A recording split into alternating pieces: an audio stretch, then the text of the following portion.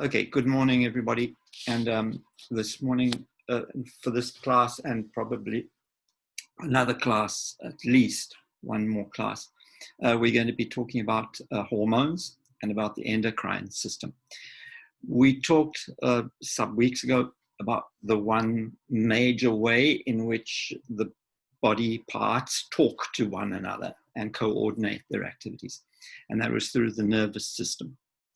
But here is a second way in which body communicates throughout all of its distant organs and everything else. And this is by a system, a chemical system now. And the chemicals concerned are the hormones, which are chemical substances which are released by many different organs can do this. They release hormones, and hormones are defined as substances which have their activity remote from their source. So we're going to find, for example, hormones released by the pituitary gland up in the brain have major effects on the rest of the body, on body parts as distant as the gonads or whatever. Those hormones are conducted through the body by the blood circulatory system. Okay, so the hormones are incredibly powerful, even in very, very low concentrations in the bloodstream. They can exert major effects on the body. Let's have a look here. This is not a doll, it's a little girl. And this is her father here. And she will probably in her lifetime would not get much bigger than this. You can see she's perfectly proportioned. There are a couple of developmental things that you might notice about her. But essentially, she's just a very small miniature person. She's a miniature human being. And have a look here. This woman here is enormously tall. And this is her father here, standing here. And she's nearly twice his height. But these effects here are due to errors in the hormonal system which govern growth. In this case here, for one reason or another, either she's not producing growth hormone, which is the hormone concerned, or else her body tissues don't respond to the presence of growth hormone. In this case here, this is a condition known as giantism. And in this case, very often the pituitary gland in particular is overactive for one reason or another, produces too much growth hormone, and growth continues way beyond the point at which it should have stopped. And this is actually a dangerous situation. People with giantism are at a very, very grave disadvantage and usually have a shortened lifespan because of it. Both of these effects, quite spectacular, produced by and illustrating the action of one single hormone, which is growth hormone released by the pituitary. So let's have a look at the endocrine system in general. We have mentioned the endocrine system before. And if you think back, you'll remember that you have a diagram with various parts of the endocrine system shown when we were talking about tissues and membranes. The endocrine system, an endocrine gland is a gland which has no duct to the outside. Exocrine glands are glands which release a substance, and they release it through a duct system. Simplest one to think about, the salivary glands producing saliva in your mouth. But there are many other exocrine glands like that. The endocrine glands have no duct system. Instead, they release their product, which are the hormones, into the bloodstream.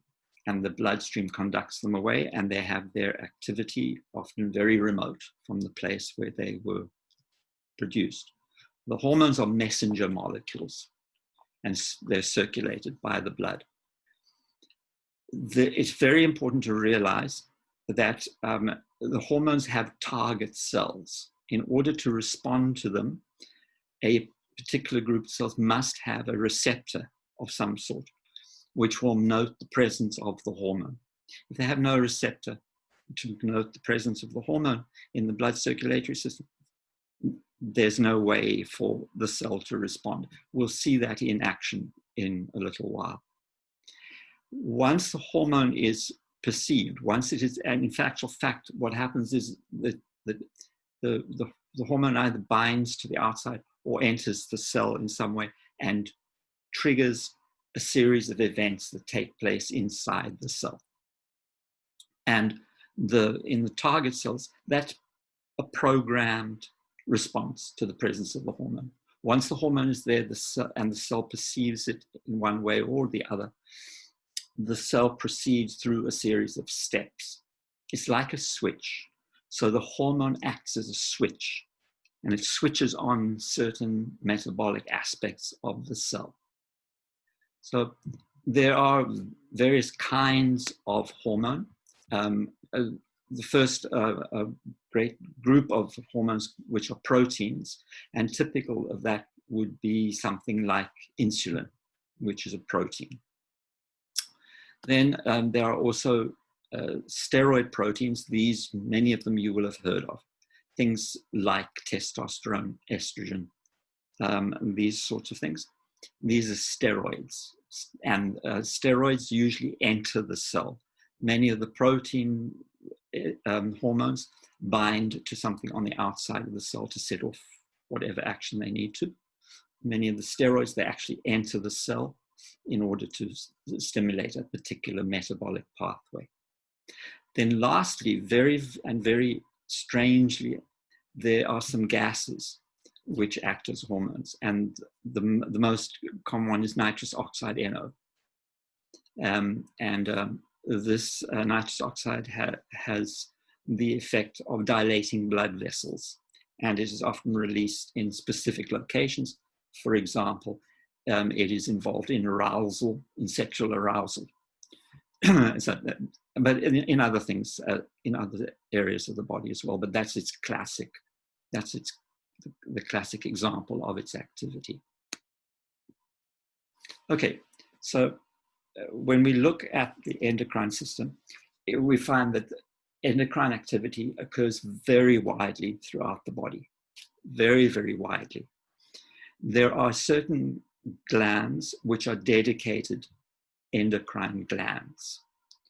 And then there are other instances where an organ has both exocrine and endocrine activity, or has an entirely different activity and yet also has some endocrine function as well. To give you examples, purely endocrine organs that do nothing else: pituitary gland up here in the brain. The pineal gland, we won't talk about much, but it's a very, very tiny gland also in the brain. The thyroid gland here, and it's the little gland, and 4 little glands associated with it called the parathyroids there. And then the adrenal glands, here they are, here on top of the kidneys there. The adrenal glands are interesting because they're actually 2 glands in one. And they have an outer coating, as it were, and then called the adrenal cortex, and then the inner part called the adrenal medulla. And they release different hormones under different circumstances. Then there are many, many organs in the body which, in addition to their normal function, also have some endocrine function. And very strangely, the stomach is one of them. But not so strangely, the hormones it releases are related to hunger. It releases hormones in response to the perception about whether it is full or not. So the stomach releases hormones. The pancreas is one of the most important of the endocrine functions in the body, but it has many exocrine functions as well. Here's the pancreas here, and it actually releases many different digestive enzymes. That's its exocrine function. But its endocrine function, it has two particular types of cell, which are concerned with regulating blood sugar. And it's the pancreas that releases insulin, for example. We'll see its action in a minute. The kidneys here have a couple of different hormones that they release. Of course, their major activity is excretory, producing urine and voiding waste that can be dissolved in the urine. But they also have hormones. The most important of the hormones that they release regulate blood pressure and interact with other parts of the body to regulate blood pressure. The gonads, both male and female, ovary and testis, are obviously concerned with producing gametes. That's their major activity. But they also produce many of the hormones that regulate reproductive cycles, or in the case of, for example, in the case of testosterone, regulate growth, various things like that. The last mixed gland is probably the most important of all.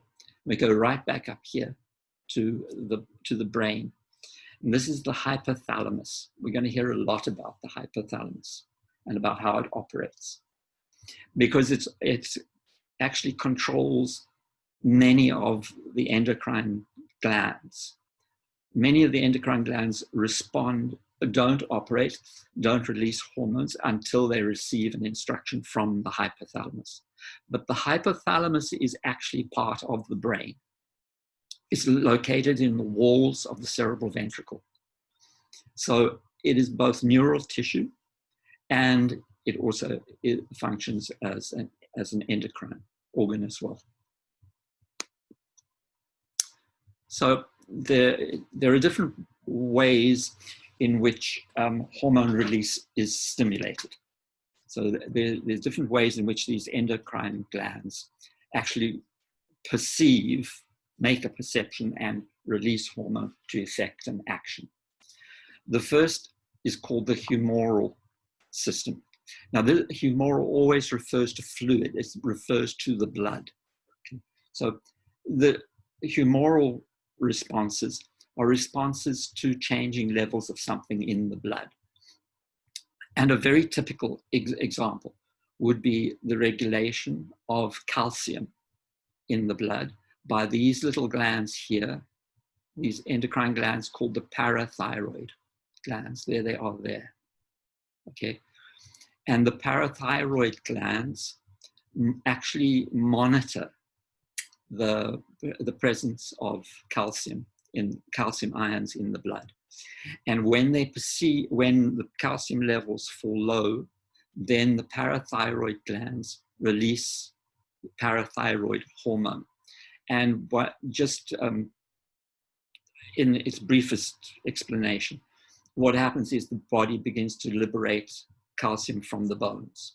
It takes some of the calcium phosphate in the bones in response to parathyroid hormone, and it raises the level of calcium, and then the parathyroids shut down again.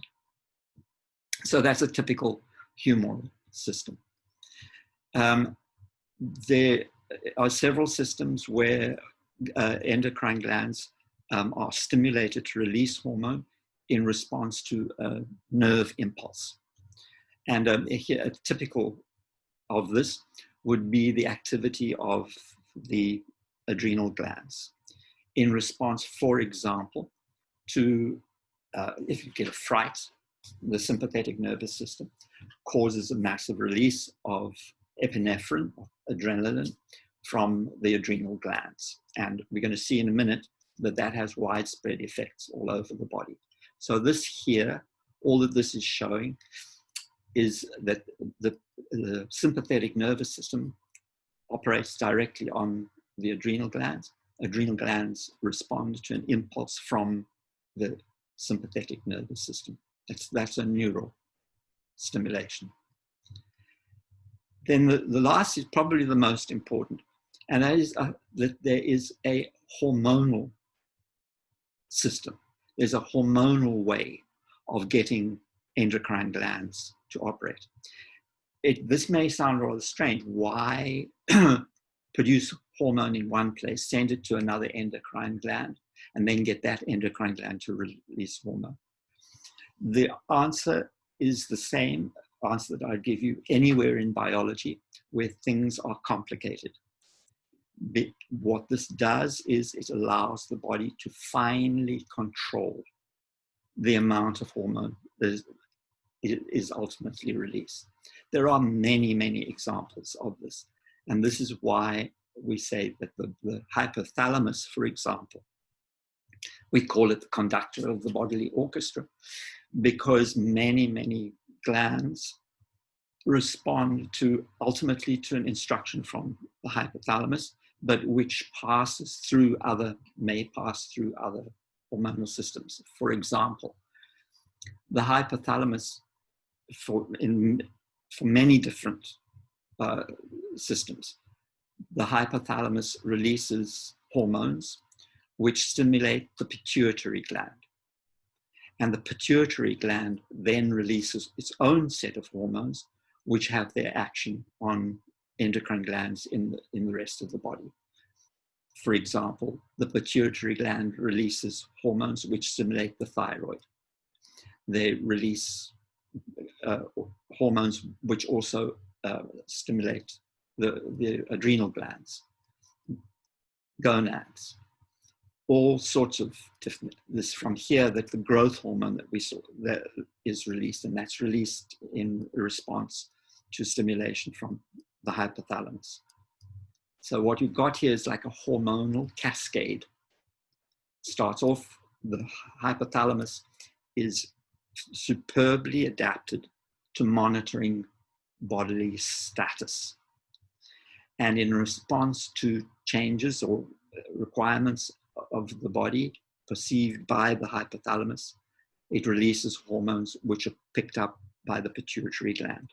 The pituitary gland releases very, very specific hormones which target particular organs. And those themselves then release their own hormones for the ultimate effect. But this system has to be very finely controlled. These hormones released here, even in very, very, very small amounts, have major effects on the body. So the body has to control this very, very finely, and it does so by having this hypothalamus be the one that monitors what is happening. Okay, let's have a look and see. Let's just see for one of these hormones.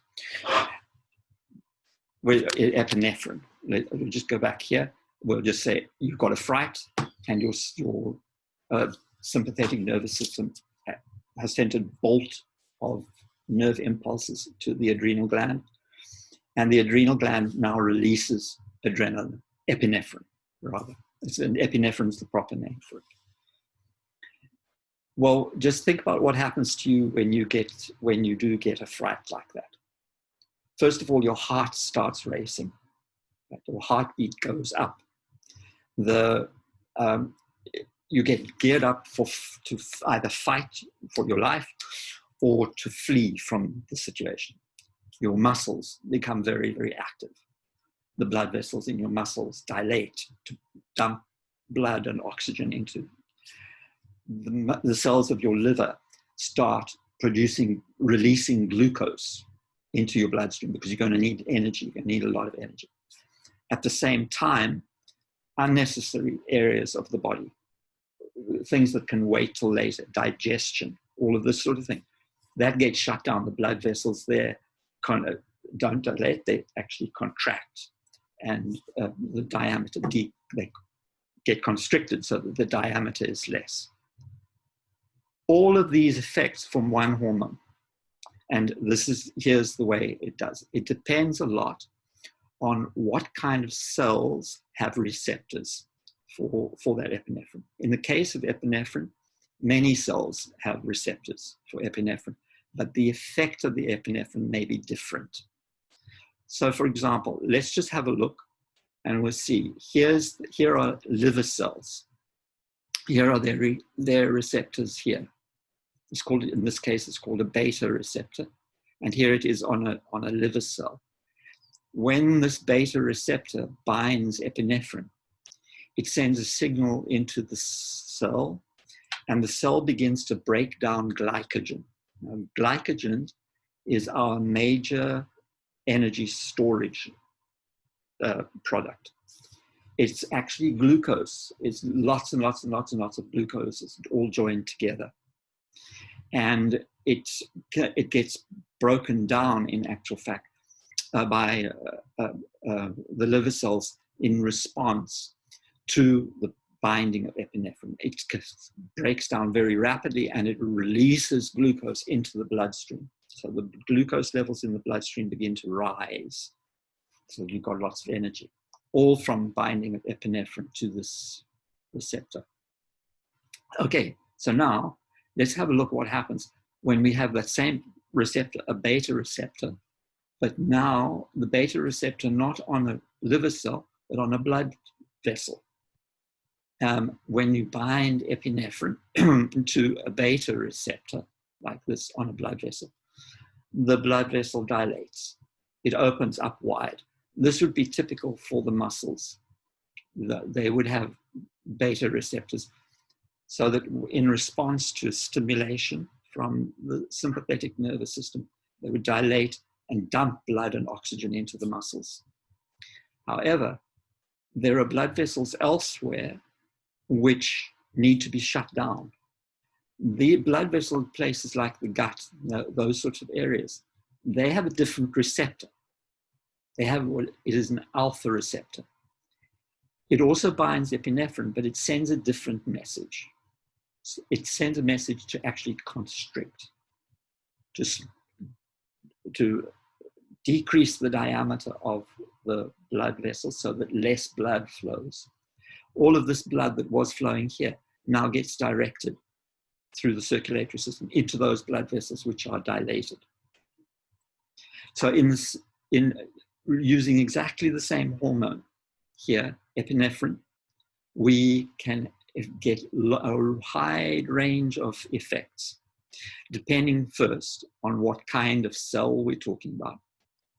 Liver cells, blood vessel cells. Second of all, depending what kind of receptor is present on those cells. Beta here dilates, alpha here constricts. The same hormone produces wide range of can produce a wide range of different effects. That is typical for hormonal action. Think, for instance, about at puberty, the wide range of effects that occur because of the sex hormones that begin to circulate. The sex hormones have all sorts of different effects, producing secondary sex characters, stimulating growth, all sorts of different things occur because the sex hormones begin to circulate. Similar idea. It depends what receptors on what kinds of cells that we get the different effects from one single hormone. Now, here's a very important concept in endocrine function. And that is that most hormonal systems work through what we call feedback loops. The hormones produce an effect in the body, but the body also the body monitors those effects as well as the conditions that led to the hormone being produced. And the body monitors the whole time and shuts down hormone production when it's no longer needed. This is very important because you can imagine if we didn't have a system like this, you could have a stimulation of an endocrine gland. It would start producing hormone in response to some condition, but long after the condition was corrected or whatever, the endocrine gland will just carry on producing the hormone. This is a very dangerous situation. It leads to the sort of things we saw with giantism. Instead, for most hormonal systems, they not only monitor to start a process going, they monitor the effects of the process. And they shut down when enough effect has been produced. And they do this through what we call feedback loops. So we'll do it slowly and a couple of times just to make sure you understand. And I'll give you a real example. So let's say, for example, as something decreases in the body, a certain substance decreases in the body. And in this case, let's say it's this hormone, this thyroid hormone, which is also called thyroxine. Thyroxine is very important because it regulates metabolism in the body. There's a part of your body which monitors thyroxine levels, and that is the hypothalamus. The hypothalamus monitors how much thyroxine. You should have a certain level of thyroxine the whole time. If it begins to fall, the hypothalamus registers that it's falling, and it releases this hormone. It's called thyrotropin, TRF. That is its shortened name. Thyrotropin releasing hormone. I think that this should be H. I'm sorry, TRH. There. That's why I'm sounding a bit dim about it. Thyrotropin releasing hormone. Sorry, this should be TRH. The hypothalamus releases thyrotropin releasing hormone, and that acts on the pituitary.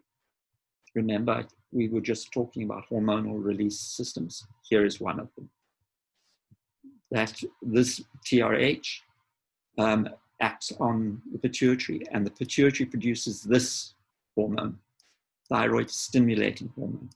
And that acts directly on the thyroid. The thyroid begins to produce more thyroxine. So what happens now? The thyroid begins to produce thyroxine. Thyroxine is a very, very powerful hormone. You do not want too much thyroxine circulating in your blood system. There are actually clinical conditions which arise because people produce too much thyroxine. Under normal circumstances, you release thyroxine into your blood circulating system, and the hypothalamus registers that the level has gone up. It stops producing TRH, and it regulates the amount. By doing so, it regulates the amount of thyroxine present in the blood. So this is a typical feedback.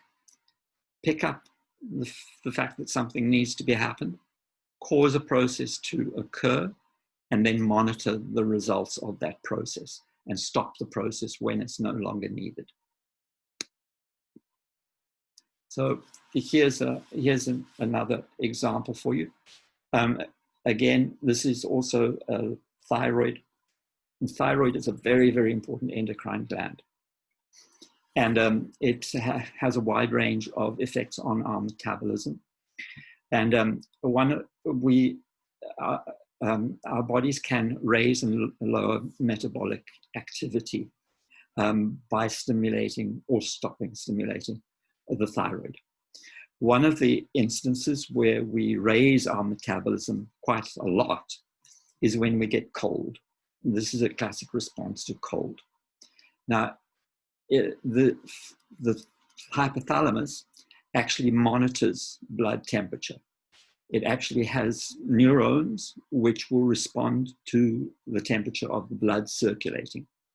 And if the circulation system registers that we're moving out of homeostasis, out of the correct range where things operate well, the hypothalamus again releases TRH, thyrotropin releasing hormone we've just heard about. That then, we've just seen, it stimulates the pituitary to produce thyrotropin, TSH, thyroid stimulating hormone. That, again, it goes to the thyroid. The thyroid now releases thyroxine or thyroid hormone, and it raises the temperature of the body by increasing the metabolism. Your cells literally begin to burn more glucose, etc., produce more heat, and raise your body temperature.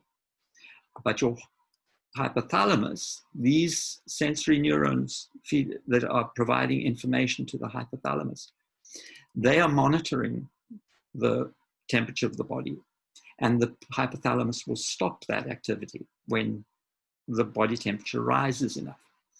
But there are other ways in which this whole process is being monitored.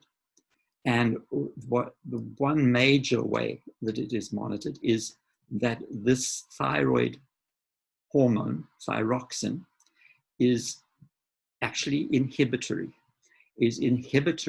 to the anterior pituitary, and it is inhibitory to the hypothalamus.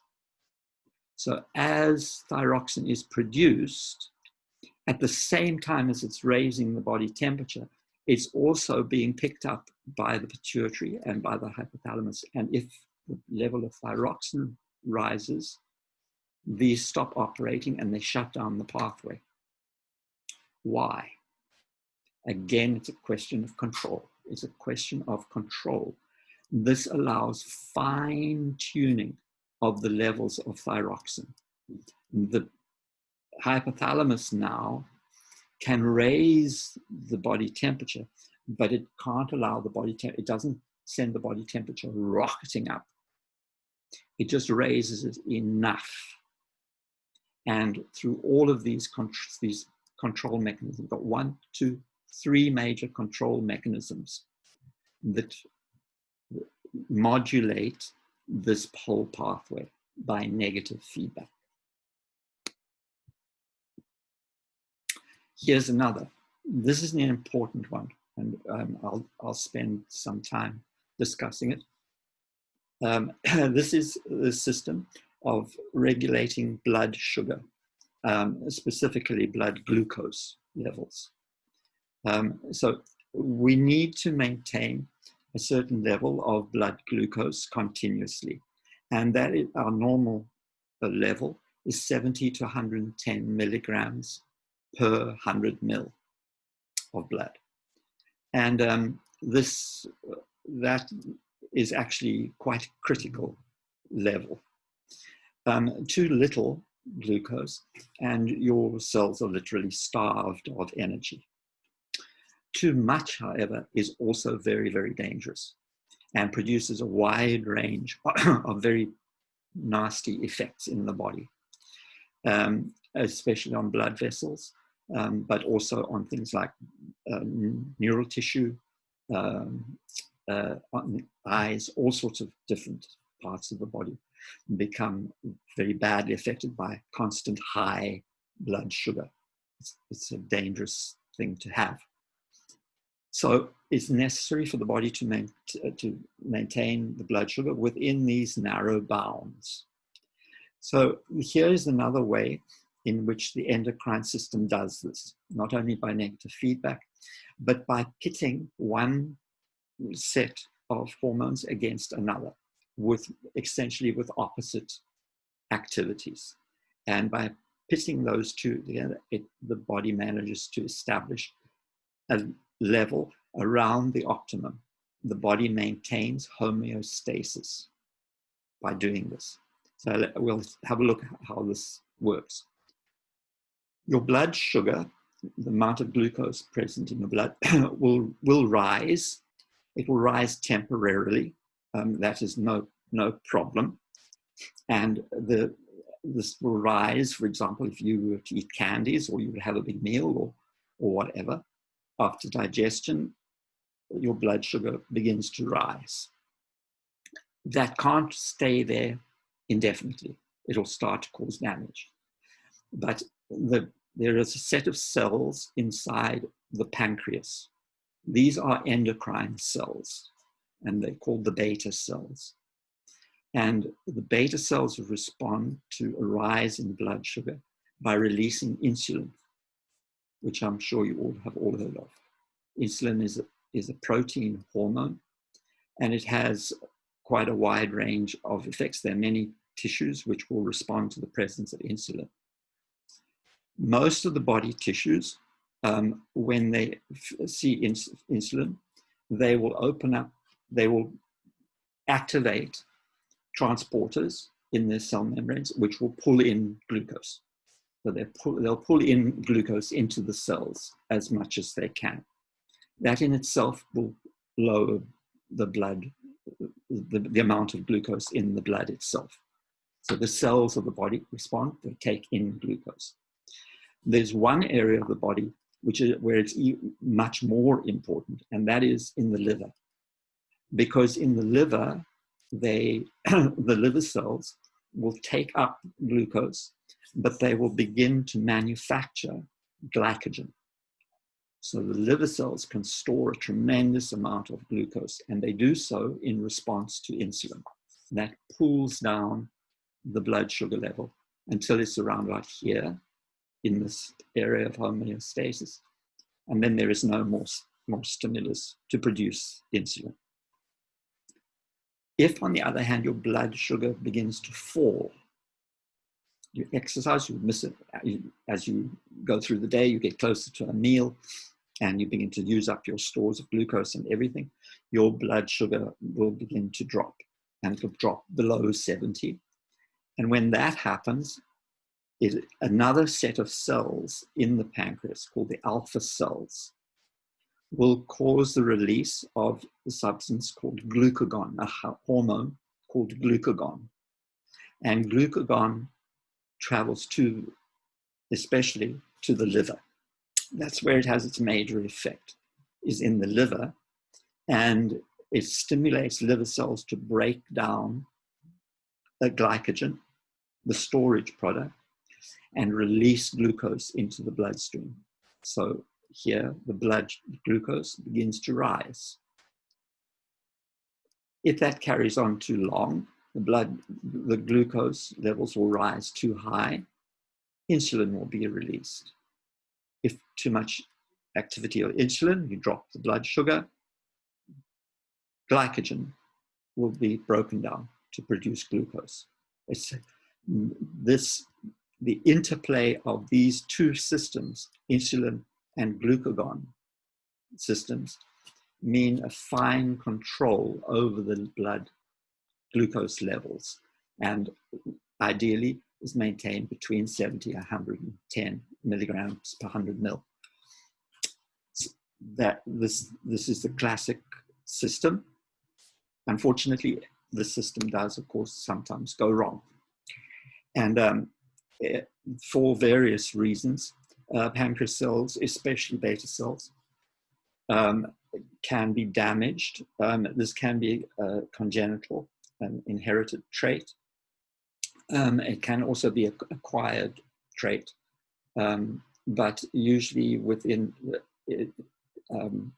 one major type of disability related to this will occur either from birth on or very shortly in infancy. It will begin to manifest itself. And this is that the pancreas cannot release enough insulin. If the pancreas cannot release enough insulin, then the blood glucose levels rise too high, and the person begins to suffer from all these bad effects of sugar circulating constantly in the blood. And those are the symptoms of diabetes. That is classic diabetes. And the cells circulating, the glucose circulating in the blood is not doing the body any good.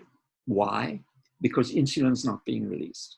Cells that need glucose, the presence of glucose in the blood doesn't help them. Because if no insulin is produced, the cells can't take in the glucose. The cells begin to get starved of glucose. So you've got a second effect.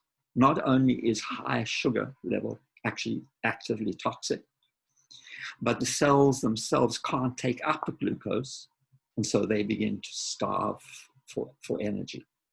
And this is the typical symptom of diabetes.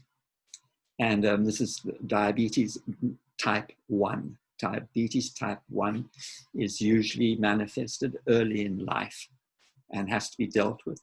The major complication is that the cells become starved of energy. The treatment is by monitoring and modifying diet, but also by providing insulin. That is, since about in the 1920s and 30s, in the last century, up till now, the major way of treating diabetes is to provide what is referred to as exogenous insulin from outside. And that is used by injection. So people with diabetes monitor their own blood sugar. And when they see their blood sugar is getting too high, they will give themselves a shot of insulin, and that will lower the blood sugar. And hopefully they can keep it within normal bounds. There is one frequent complication with this, with you doing exogenous insulin, and that is it's very easy to give yourself too much insulin.